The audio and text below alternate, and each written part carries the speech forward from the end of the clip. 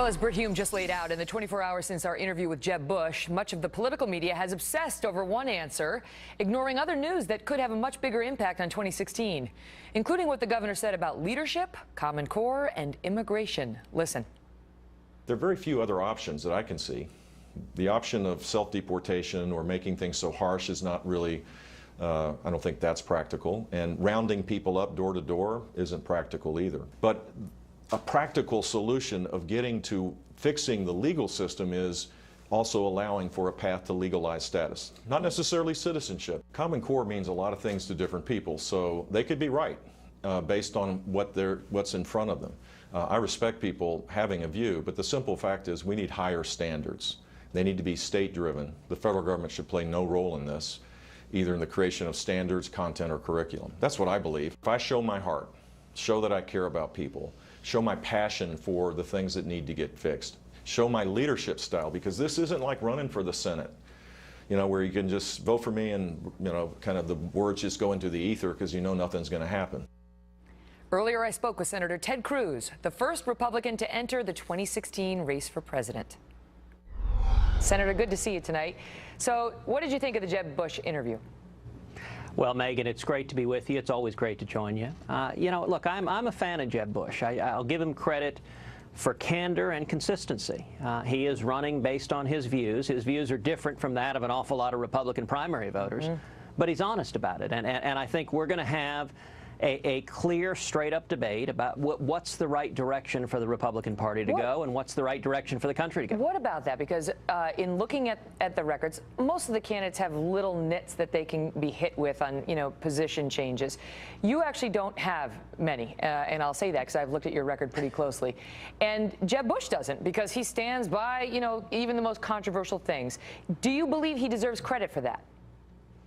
Oh, I think it is important for someone to stand by what they believe. And you know, what I've tried to do in the Senate has been real simple. It's been tell the truth and do what I said I would do. If I'm with you, I'm really with you.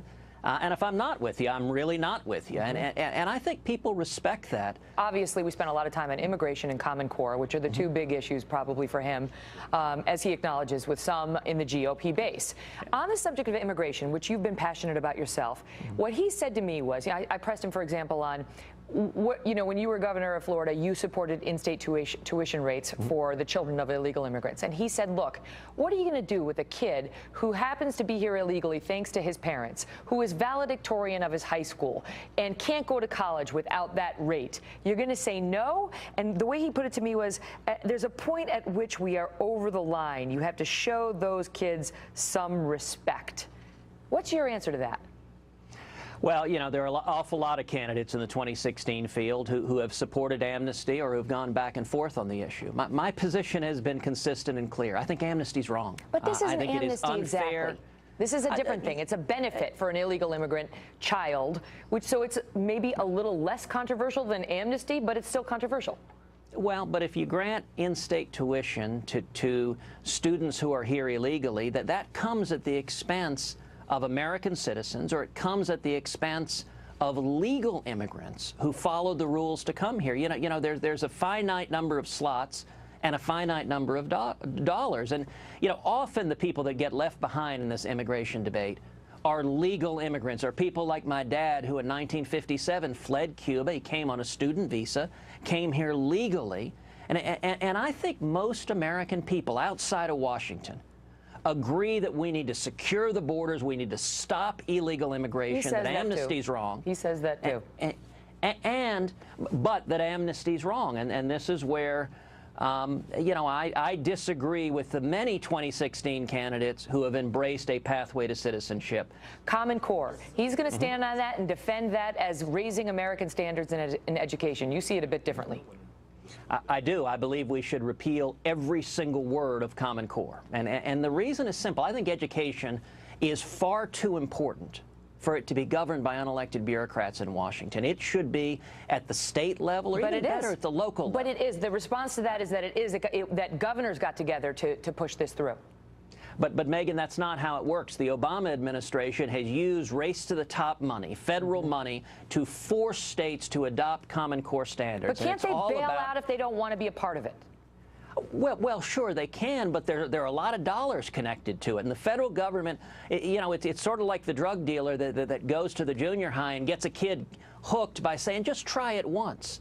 The federal government does that to the states with dollars, and there's so many strings attached. Let's talk about the Iraq war discussion. I asked him, knowing what you know now, would you have authorized the invasion? He answered a different question than the one that I asked, and now he's come out and said, I didn't, I misheard. So let me just ask you the question. Knowing what we know now, would you have authorized the invasion of Iraq?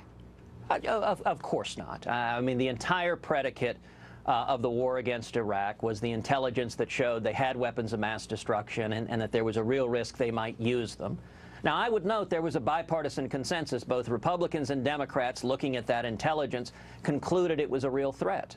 We now know that intelligence was false. And without that predicate, there's no way we would have gone to war with Iraq, and we know that now in hindsight. And I know, do you defend the decision to go in by President Bush at the time, given the information he was given? Well, listen, at the time, I wasn't serving in the Senate, so I didn't see the classified briefings. I didn't see the intelligence, and so I don't want to second guess based on what I lack of complete information. You've said that before. You've said that before, that you don't want to do a hypothetical on because you didn't see the intel. But let me ask you this, because Governor Bush said something else that I thought would be controversial. Specifically, he said nation building is a good sentiment. I was asking whether he subscribes to his brother foreign policy, the Bush doctrine, and he said, Jeb Bush, nation building is a good sentiment. Exporting our values is a good sentiment. But the core of my foreign policy, he said, will be peace and security. You have said something very different about what you've called the Cruz doctrine. What is the difference? Well, to be fair, I don't claim to have any doctrines and certainly don't hope to. But, I think foreign policy ought to be dictated by the vital national security interest of the United States. If and when military action is required, number one, we should be reluctant to use military power. America always has been. It's worth noting, the biggest country Reagan ever invaded was Grenada. But if and when we're required to use military force, it should be with a clearly defined objective. It should be with overwhelming force. And then we should get the heck out. It is not the job of our soldiers and sailors and airmen and Marines to transform foreign nations into democratic utopias. It is the job to hunt down and kill terrorists who want to murder Americans before they can carry out jihad. I want to ask you, you got hit by BuzzFeed recently, and Washington Post columnist Jennifer Rubin picked it up. She's not a liberal. For your attendance at committee meetings in the U.S. Senate, saying that you've missed too many, and suggesting that this has been a dereliction by you because you're not doing. Jennifer Rubin wrote, there comes a point at which the taxpayers are not getting their money's worth because you've missed 21 of 135 roll call votes this year. Wanted to give you the chance to respond. Well, look, it's not a surprise that the Washington Post is criticizing me. That's not the first time, and I promise you it won't be the last. What is the simple reality is anyone who is running for president, you have to be out campaigning in Iowa, New Hampshire, South Carolina. You got to be listening to the people. You got to be meeting the people, hearing their questions. That's the way our system works. It's a great system. That takes time. If you look at every senator who's ever run for president, consistently they end up having to miss a lot of committee meetings, a lot of votes, because to do the job responsibly of running for president, you need to look voters in the eyes and answer their questions. Here's my last question to you, because we're out of time. Speaking of looking people in the eyes and answer questions, there was a big dust-up between you and Mark Halperin this week. He asked you some ridiculous questions about your Cuban heritage and whether you would speak in Spanish, and basically it seemed to many like he was trying to test your Cuban heritage. And then he came out and apologized because there was a dust-up. And in what some now are calling your finest moment, you were quick to come to his defense and really took the classy route. I want to give you the chance to tell the audience what you said in response to what could have been an opportunity for you to stomp on the neck of a journalist who was in some trouble. Well, thank you, Megyn. I thought it was much ado about nothing, and I mentioned Mark Halperin is a serious and fair-minded journalist, and he took some grief for some silly questions that he asked me, and he offered an apology, and I said it was neither.